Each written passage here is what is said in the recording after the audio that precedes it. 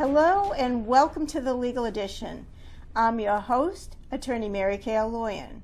Our show topic today is gerrymandering, where to draw the line. Our guest is Dr. Daniel Breen. He's professor of legal studies at Brandeis University in Waltham, Massachusetts. He holds a Ph.D. in American history from Boston College and a law degree from the University of Georgia. Dr. Breen lectures on a number of issues at the cross-section of law and history, including historical and legal underpinnings of our democracy, presidential elections, voting, and gerrymandering. Today, we'll explore these re-emerging issues. Let's welcome Dr. Daniel Breen. Welcome, Dr. Breen. Thank you. Glad to be here. Thank you for being here. First and foremost, let's talk about gerrymandering. What is it? Gerrymandering is just the ability and the practice of state legislatures to draw lines that will determine legislative districts for state elections and congressional elections that give the party in power a better chance of winning. And they can happen in various ways. We can talk about some of the methods of gerrymandering, but the whole idea is to draw the lines that govern representative districts in a way that helps the majority party in power. Now, gerrymandering, if I recall, it began here in Massachusetts. That's right. With then Governor Elbridge Gerry. Is that correct? That is correct, although we have to feel sorry for Governor Gerry for a few reasons. He had to go through his entire life being named Elbridge. People used to call him Eldridge all the time. And these days, people call him, just like you did, quite understandably, Elbridge Gerry. But his real name was Elbridge Gerry, and the reason why he's always called Elbridge Gerry is because of gerrymandering.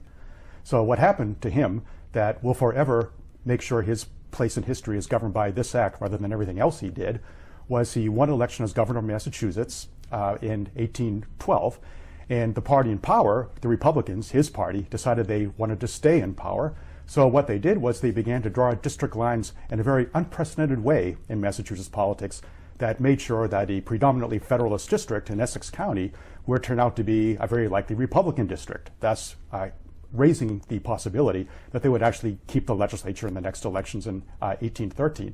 And poor Governor Gerry thought that was unfair, that you shouldn't be manipulating the lines that way. You should just keep it the way it always was. But he was a Republican after all. The majority decided to do this, and he didn't want to make them angry. So he signed on the dotted line, even though he had reservations about it. And so forever after, that district, that strangely shaped district in Essex County, salamander-shaped. Yeah, salamander-shaped district would become the original gerrymandered district because a famous political cartoon in the Boston Gazette in 1812, March of 1812, called it that. And so that's how we got our term, one of the unique American contributions to the lexicon of political vocabulary all around the world. So Gerry. And yes. The salamander. So gerrymandering. That's right. Or gerrymandering. Gerrymandering, unfortunately for poor Gerry. Yes. He did not live to see the term gerrymander. That was eventually something that would become popular after he died, but it was suggested in 1812 because of that cartoon. But gerrymandering has a negative connotation. Very negative, yes. Very negative. And let's talk about that. Let's talk about some of the famous cases that the U.S. Supreme Court has ruled on the very issue of gerrymandering. Okay. Let's start with Baker v. Carr. Tell us about that. Baker versus Carr, one of the great cases of the 1960s, according to Justice Brennan, the most important opinion he ever wrote when he was at the court. And it had to do with a situation that for many people was the most unfair of all typical gerrymandering systems that we've ever had in our history. And the system went something like this. Ever since the late 19th century, people have been moving to the cities in droves in American life. The cities have been growing by leaps and bounds, and the rural areas have been losing population, as many of them still are. And yet for years and years and years, in fact decades, state legislatures would not redraw legislative district lines to reflect the fact that there were way more people in the cities than there used to be. So the consequence of that was if you lived in a city like Nashville or Chattanooga in the case of Tennessee, where Baker versus Carr came from, you may have one or two representatives, whereas somebody out in the rural area with 10% of the population you've got in the city or 5% of that population would have the same number of representatives, sometimes more representatives than you did. And it was that very unfair urban-rural divide that made people furious by the middle of the 20th century because legislatures wouldn't do anything about it. And you can see why they wouldn't do anything about it because the same representatives kept getting elected over and over and over again from rural districts. And even though the population was low, they had the majority because that's the way the district lines had always been. And they would vote down every change that was suggested to make city life a little bit fairer and that they'd have more political power. So what were you to do when you can't work some change in the legislature? What were you to do, for example, if you lived in Los Angeles, which had 5 million people in the middle of the 20th century? Los Angeles had the same number of senators in the California legislature as a district with 14,000 people not far away from Los Angeles. That's unbelievable. Totally unfair. And what would you do if you were poor Mr. Baker living in Memphis? Memphis was a city of over 200,000 people by the middle of the 20th century. But he got to elect one senator, just as Saudi Daisy, Tennessee, which was a place of maybe 700 people, would have the same number of senators. So it's clearly unfair. But the legislature liked it that way, and it stuck around, and nobody did much about it. So what do you do when nobody in power does much about it in the legislature? You go to court, and you try to make a legal question out of it. And that's how Baker versus Carr came about. Mr. Baker, living in Shelby County, Tennessee, where Memphis is, sued Carr, Secretary of State in Tennessee, to try to get this change under the Constitution. That's our original gerrymandering case. Before that, the Supreme Court had always said, this is not a legal issue. It's not justiciable. Not justiciable. That's a wonderful legal word that the court always used. It's not justiciable because there's no legal grounds for any kind of complaint. We have no way legally to decide what's a bad system and what's a good system. And no manageable standards to... No manageable standards. So the idea there would be, so you might say this is unfair, and we could look at the map just like you're looking at the map and say there's something unfair about that, but there's just no legal standard that we can use to decide what a fair arrangement would be. It doesn't exist. It's under the Constitution. It's not any of the cases. So calling this a non-justiciable political question, for years and years the courts, especially the federal courts, had refused to take a look at it. Until 1962 in Baker versus Carr. And then finally, the Supreme Court decided enough was enough. And under the Equal Protection Clause, through the pen of Justice Brennan, the Supreme Court decided that this was a justiciable question. There were legal materials based upon the fact that the equal protection demands that people not be discriminated against by official state policy. And once you look at that map, you can see that rural voters are heavily discriminated against in regard to this policy. So the only question is, what would be a justiciable standard to tell how you can make it more fair? And we also have a graphic on that particular issue to show gerrymandering and see what really it does. Pretty much you can keep the incumbent in office in perpetuity, pretty much. And Fixes in. Yes, and we have that graphic. And what does that graphic show, the one that, that you brought today? Well, the graphic shows various measures of gerrymandering that will allow a distorted result in regard to legislative seats that has very little to do with what the actual voting might have been. So you see green and yellow parties in the graphic. The left hand is the yellow party and the right hand is the green party, if you look at those graphs. And let's say that in a series of elections, maybe one election, whatever the case may be, green party is getting 60% of the vote, yellow party is getting 40% of the vote. Ideally, what you would want, you would think, is an assembly where it's a 60-40 split, just like the parties had in the election. But if you draw the lines correctly, as you can see in the second graph, straightforward back and forth between the left and the right hand side of the districts, that's an example of what's called cracked gerrymandering. And what you do there is you make sure that the minority party, the yellow party, is always a minority party in each individual district that you draw. So they got a total of 40% of the vote, but since they're a minority in every single individual district that you're now creating, they can't elect a single representative. So it's 5 for the Greens, 0 for the yellows, even though the green had 60% of the vote. You would think the votes in the assembly, the representatives there should be 40%, but it's not, it's 0%, because that's the way we draw the lines back and forth. And then maybe more dramatically, on the right-hand graph, on the other side of the page, you can see an example of what's called packed gerrymandering. And what that allows a minority party to do is actually pack the votes of the party they don't like, the opposition party, in a limited series of districts, maybe 1 or 2. So almost all the voters you're worried about, opposition voters, are packed, congregated in a small number of districts, and they're going to elect their candidates there. But meanwhile, you've got all your voters concentrated in a greater number of districts. And that means that ultimately, when you get to the legislature, in this example, you got 3 for the minority yellow party and only 2 for the majority green party. That's called packing, where you do the opposite of cracking. You're congregating everybody that you don't like, the opposition party, into a limited number of districts. And that means they never have the power in the assembly that their numbers deserve. And that's what we're seeing today. That's what we're seeing all over the country today. It's very common. And that would also contribute to, I believe it's akin to similar result of the of the Electoral College effect, where your vote really doesn't count. In fact, in Reynolds v. Sims in 1964, they talked about, the U.S. Supreme Court talked about the one person, one vote, and how important that really was. Yes, they used the memorable phrase in the majority opinion that people vote, not trees. So what that means, you don't want just a few rural voters out there in the hinterlands controlling things when the cities are growing so much. So the obvious solution to that, and this is the judicial standard that we now have in all these cases for the last 50 years, is that any district, no matter where you draw the line, any district has got to have this pretty much the same number of people as any other districts. You've got equal population districts. And that's the one man, one vote standard. You can't have completely equal districts. That's demographically impossible. So what they say as a rule of thumb is that as long as you're within 10% of the population in other districts in your district, as long as there's a 10% leeway there, is probably okay. But it can't be beyond that because that's unfair. Smaller districts would have more power than larger districts.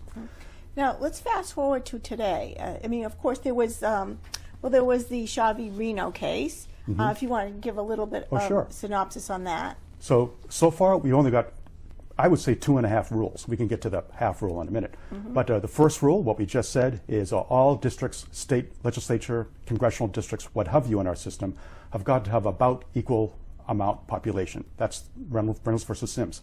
The other standard, which has been true for the last 30 years or so, is the standard of Shaw versus Reno, and that is that when the legislature sits down to draw the district lines and decide what a district is going to look like, no single district can be arranged and governed predominantly for racial considerations. So when you decide where those lines are going to go, your predominant consideration cannot be racial. And in Shaw versus Reno, which is in gerrymandering circles kind of a infamous case, it really helps for anybody listening in just to go look at any kind of online encyclopedia entry for that case, because you can see what these districts look like. They made no particular geographic sense. They were thin in parts and wide in parts, and the only thing that governed where those lines went and how thin and wide they were was numbers of African American voters living in those areas. That the entire district's purpose was to make sure that there would be at least one district in North Carolina, I think it was the North Carolina 12th in this case, that would be almost certain to elect an African American choice, whether it's an African American himself or herself or somebody the African American community could get behind. So the only reason was racial, and once that happens, according to the Supreme Court, it triggers what's called strict scrutiny under the Equal Protection Clause. And what that means is, as soon as the state decides that the predominant reason is racial for where they draw their district lines, they've got to have a compelling interest supported by those lines in that decision that they could not achieve in any other practical way. Very difficult standard for the state to win. They almost always lose that standard. So that's rule number 2. If you're going to draw the district lines, it's got to be one man, one vote. And rule number 2, it can't be for predominant racial reasons. Or it has to be narrowly tailored to meet that standard, whatever that standard is, because of that. Right. And that was a 1993 case. That's right, 1993. There have been several cases since. North Carolina is always in court.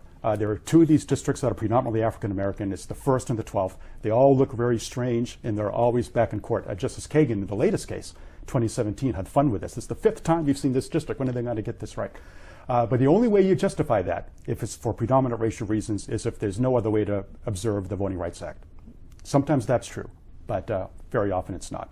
And those are our 2 rules right now. But I said there's a half rule, and the half rule is what everybody forgets. The Supreme Court was absolutely correct in many past cases in saying that the Constitution gives the states the responsibility to govern the time, place, and manner of elections, which it certainly does, which is why states have the responsibility to draw district lines the way they want. That's what they've always said. But there's also a little-known part of the Constitution, it's Article 1, Section 4, that says Congress has an oversight capacity. And if Congress wants to, they can decide the lines go in a different place. And there have been many bills proposed that would get rid of gerrymandering, and especially what we're about to talk about, partisan gerrymandering. They've never gone anywhere. But that's another possibility. It doesn't just have to be a Supreme Court standard. It can also be congressional action. But that would take, I think, an unprecedented amount of public opinion in favor of doing something like that to actually make anything happen, because most people in Congress kind of like things the way they are. They're probably from gerrymandered districts themselves. Let's talk about Gill v. Whitford, which is going to be before the U.S. Supreme Court October 2017. That's right. Now, this case may be the most important case before the Supreme Court this term, so everybody's looking at, especially if you're of a political bent. And the case came about something like this. Very typical gerrymandering situation. Wisconsin, just like Massachusetts, in fact, had been a place where one political party had long predominated, and that was the Democratic Party. For years and years, they would win elections. And finally, in 2010, the Republicans won statewide elections, and they had the governor's chair, they had the state assembly, and the state senate. The first time in 40 years, they had all three parts. Full control. And luckily for them, 2010 was a census year. And under Baker versus Carr, state legislatures are really supposed to reapportion their districts after every census, because that's how you know when people have moved around, that's how you know what the population is. And there's probably always got to be a change if you're going to observe the one man, one vote principle. So in Wisconsin, they took advantage of that opportunity. Republicans in the legislature hired a law firm in downtown Madison. The law firm, in turn, along with Republicans in the Assembly, hired consultants from the Republican National Committee. And in secret, at a special room of the law firm, they all got down to work. And they decided to try to produce an electoral map of Wisconsin that would best guarantee that Republicans would not just keep winning assembly races next year or the election after that, but they hoped maybe 10 years in the future. What they really wanted to do, and all the memoranda and all the back scenes negotiating bear this out, was, as much as possible, entrench the Republican Party in power in Wisconsin. So the way they did that is actually pretty straightforward. They had their staff assign numbers to different neighborhoods based upon likely partisanship in that neighborhood. How likely is this a Democratic neighborhood? How likely is this a Republican neighborhood? And once they had the numbers, they handed them over to statistical experts hired by the Republican committee just for this purpose. All those experts testified in court, so we know what they did and who they were. And what those experts now did, once they had the numbers, is they began producing maps. And they had different alternative maps, but the idea was to, as much as possible, based upon those numbers of likely partisanship, determine how likely it is that different districts would go Republican based upon where the lines go, or how much more likely that district would be to go Republican if you drew the lines a different way. So they had several alternatives. They had 2, 3, 4 different alternatives, and they actually named the one that gave Republicans the most chance of winning elections in the future, the most aggressive one. They used that term, aggressive. This seems so contrived. Oh, it was very contrived. In fact, they went to the point of going to pretty safe Republican districts, and they would call those donor districts, because those districts were so safely Republican that they could lose some of those Republican voters and donate them to adjoining districts, so that those districts would be more likely to go Republican now that they've got those new voters in there. And there are about a dozen districts in that category. So they eventually got to the point where they made the decision that the way to entrench Republicans in power was to pack Democratic voters into a certain number of districts, mostly Milwaukee, Madison, and other urban areas. And by arranging the lines elsewhere in the state, they almost did away with swing districts, that is, districts that could go either way. Those were reduced to a very, very small minority. And instead of those swing districts, what you now had were an increasing number of firmly Republican and likely Republican districts, way beyond what the map was looking like in 2010. So now you had a state of affairs where, as Republicans put it quite forthrightly, it was very likely that they would stay in power even if they, for many elections in a row, got a minority of the statewide vote. The best part of this system to me, if you're a Republican and you like this kind of thing, was that their statistician, the guy that they hired, was able to show that if you draw the lines this way, this is the most aggressive map that they had, the most gerrymandered map, then even in a big Democratic year, even in a year when a lot of people are voting Democrat, like at 55% of the Democratic vote in Wisconsin, even in a year like that, we're still going to get a majority of the assembly. It's nothing to worry about. He called those S curves, and what they were designed to show was that we want to draw the lines where we still win, even in big Democratic years, like the Obama year of 2008, a year like that. Well, actually, I have statistics here. In 2012, the Republicans won 48.6% of statewide votes for Wisconsin State Assembly, capturing 60 of the Assembly's 99 seats. Mathematically, 48.6% of 99 should earn them 48 seats and not 60. That's a difference of 12 seats. Yes, it worked, in other words. They did their job. And then in 2014, the Republicans won 52% of the vote to capture 63 of the 99 seats, when mathematically proportional representation should have yielded 51 seats, not 63. Again, a difference of 12 extra seats. That doesn't seem very fair. No, it's not fair. And that brings us to the point where we might wonder what the Supreme Court could do about this. So there are several different arguments against what was going on in Wisconsin. What we've got here is a different situation than you had in Baker versus Carr or Shaw versus Reno. Baker versus Carr was an urban-rural split. Shaw versus Reno was a predominantly African-American rationale for that district. Here, we've got classic partisan gerrymandering. And here we've got something, as we saw at the beginning of the show, that's been going on for over 200 years. This is the sort of thing that was going on in the 18th century. This predates poor Elbridge Gerry. And the question remains what it was in Baker versus Carr. Is this the kind of thing that the Supreme Court should have anything to do with? We can look at the map, we can say it's unfair, but nevertheless, it's been done for over 200 years. So is it simply part and parcel of our political system, or is there something about this that finally deserves that the court take a look at, just as they took a look at Baker versus Carr about 55 years ago? It appears to the onlooker this is a purposeful disenfranchisement. Yes. Making one's vote really not worth anything, and most people won't even go to the polls if they know that their vote is not worth anything. So where do we go from here? So that's the argument that you would want to make if you're challenging a system like this, and that's the argument that Whitford is making in the case before the Supreme Court, Gill versus Whitford. And the argument is that if you've got a system like this, where in effect a party is entrenched in power, even if it gets a minority of the votes, what that does is it discourages the impetus towards political participation of members of the other party. They stay at home, they feel discouraged, they feel resentful, they don't vote in the general election, they don't vote in the primary election because even that doesn't matter for them. And as a consequence, what happens is that the freedom of association that all of us enjoy, the freedom to collaborate with our fellow citizens for things that we care about under the First Amendment, is sacrificed. So the best argument that Whitford makes, the people representing Whitford, is that this is really a freedom of association case. Equal protection is a little bit iffy in a case like this because it's not a racial matter here. Wisconsin only needs a rational basis for this system, and they could talk about the fact that where the lines go has some geographic continuity. It's not a dramatic, strange set of districts like you saw in North Carolina for racial reasons. So maybe you could argue that there is a rational basis for what Wisconsin is doing, if only because partisan gerrymandering is so common in our history. But there is that freedom of association claim, which I think is a powerful one. Well, I think there's two things here. I think, first of all, there could be districts that are predominantly racial, or they could be black, and they could be disproportionately drawn to affect them, which would give it a strict scrutiny analysis, potentially. So That's there right. could be that. And also, too, the fact that the percentage is so great.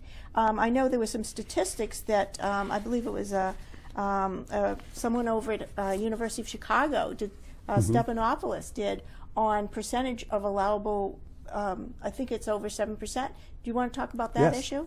Yes. So here's the thing that probably bothers more members of the court than anything else. I think if you asked 9 members of the Supreme Court, is there something unfair about this? They would say yes. And I think a lot of them would say, yes, if you're a Democrat in Wisconsin, this really does seem to discourage you from participation. I think they would agree with that. But the question is, given the fact that partisan gerrymandering is so common in our history, how do you tell the difference between what we would expect political parties to do, which is try to increase their chances of getting elected at the next election, which is just common politics, from something that genuinely violates the Constitution, something that genuinely sacrifices freedom of association? And that's the real sticking point. How do you know what a judicially manageable standard would be to tell a bad partisan gerrymander from business as usual in politics? How do you avoid too much judicial interference in what has always been a state function? And there are various solutions to that. The solution that the lower court in Wisconsin simply decided upon was to talk about the same things we've just been talking about, which is that you've got a system in Wisconsin that makes it pretty easy for a minority party to keep control. And they mentioned a lot of the same things that we just mentioned. But maybe you could make the argument, as I think Justice Gorsuch will make, and I think that Justice Thomas and Justice Alito will make, that, well, but that's still not too different from business as usual. How do you tell a bad one from a really bad one, I guess you could say? And the answer that the lower court in Wisconsin at least toyed with, and that Whitford is arguing in front of the Supreme Court as of October, in just a couple months, is something called the efficiency gap. And it'd be very interesting to see if the Supreme Court adopts the efficiency gap as the standard by which they can tell a permissible partisan gerrymander from what's not. And the efficiency gap is a little bit scary for people who don't like using numbers, but the concept is pretty simple. The idea is you take all the districts in Wisconsin. Many of them would be cracked districts where Democratic voting strength is diluted, where they don't have much of a chance of electing anybody. And then you'll have packed districts where Democrats are congregated in, where there's not much Republican strength, but Republicans don't care about that because there's only a few packed districts. So you take the cracked and the packed districts, and in the cracked districts, you add up the Democratic votes that essentially didn't matter much because they can't elect a Republican anyway there. And then in the packed districts, you add up all what's called the surplus votes. That is all the votes that Democrats cast that, in essence, they didn't really need because there are so many Democrats there that... The overage. Yeah, the overage. So you add those numbers together, the underage and the overage, you might say, cracked and packed, and you eventually get a number. That's the sum. And then you divide that by the total amount of votes in Wisconsin, and you get a certain percentage. And then you compare that to doing the same thing for the Republicans. And the Democratic percentage is going to be larger because it's the Republicans doing the gerrymandering. And then you decide what the difference is. And if the Democratic percentage, which is essentially wasted votes, votes that they didn't need, if the Democratic percentage is a 7% more than what you've got, or more than what you've got there, is an efficiency gap large enough to justify judicial intervention. That's an impermissible partisan gerrymandering. 2%, 3%, 4%, that's in the Republican favor. That's skewed Republican, but there's nothing terribly abnormal about that. We'd expect parties to do that. But if it's above 7%, and in Wisconsin it was between 10 and 13%, well above 7%, then what you've got is entrenched partisan power, even if they're in the minority.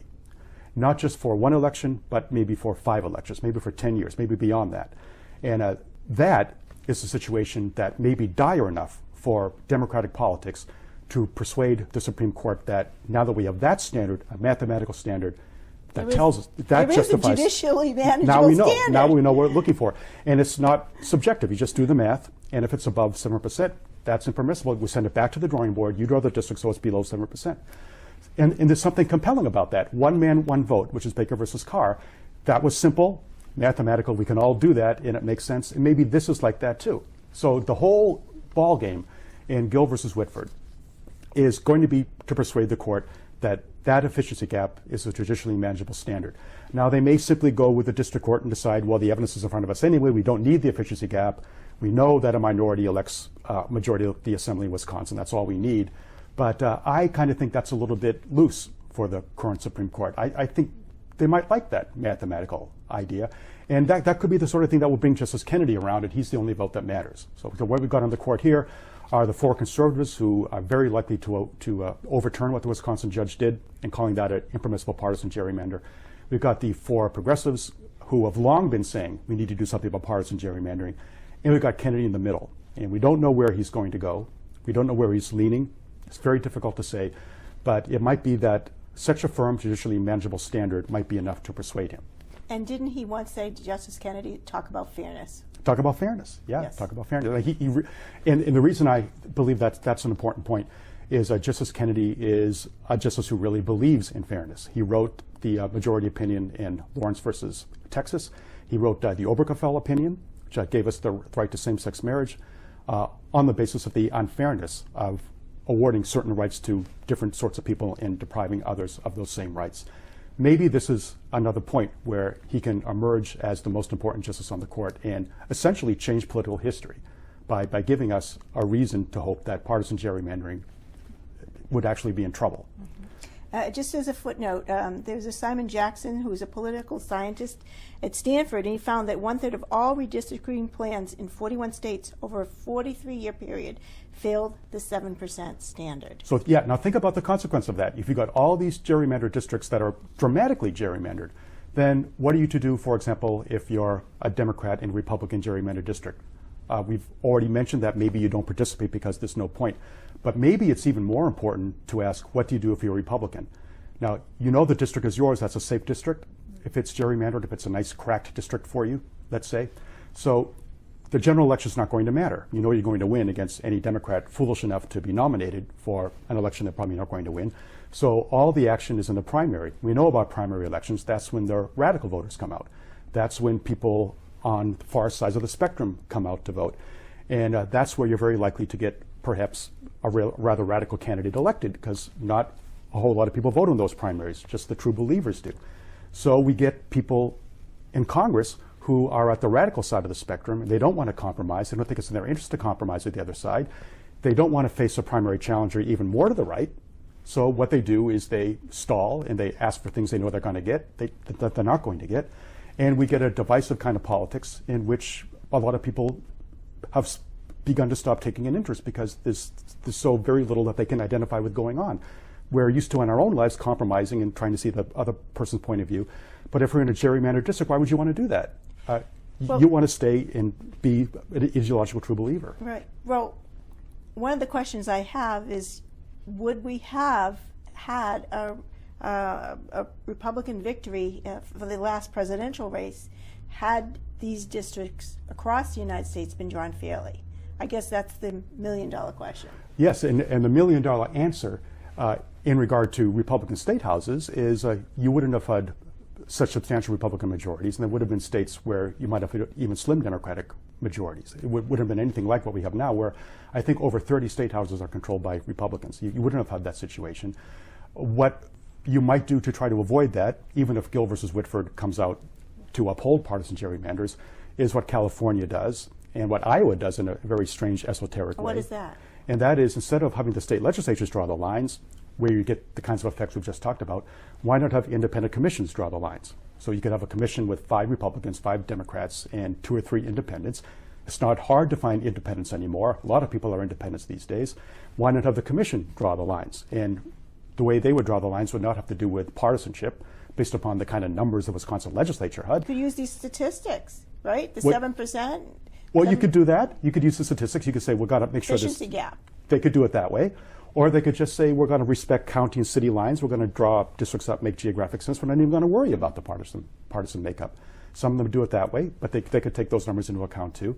And then you'd have a more competitive politics. And in California, which is one state that does it, they do have more competitive congressional district races than they used to have it. It's actually worked in California. It's worked in Arizona. Iowa is my favorite example. In Iowa, what they do is they have legislative staff members at the assembly do all the work. And many of them tend to be rather non-ideological. They're just these wonks, and they decide where the best lines go. So there are about a dozen states that do that, and more could do that. In closing, what can the average person do to help get this back on track? Can they go to their state legislators and talk about how they want fair reapportionment? What would you suggest? I would suggest going online and finding political organizations that exist primarily to fight gerrymandering. And they're the ones who actually have statutes that they're proposing in various state legislatures. They work for them. They talk to members of the assemblies, find out who they are, write them a check. They're all doing good work. And you can always write your assemblyman or assemblywoman and write your congressman or congresswoman. Nothing makes a difference more than a handwritten letter. Don't just send an email, write a letter, talk about your outrage as a democratic citizen that this is where our politics have gone. To your state yes. congressperson. Mm-hmm.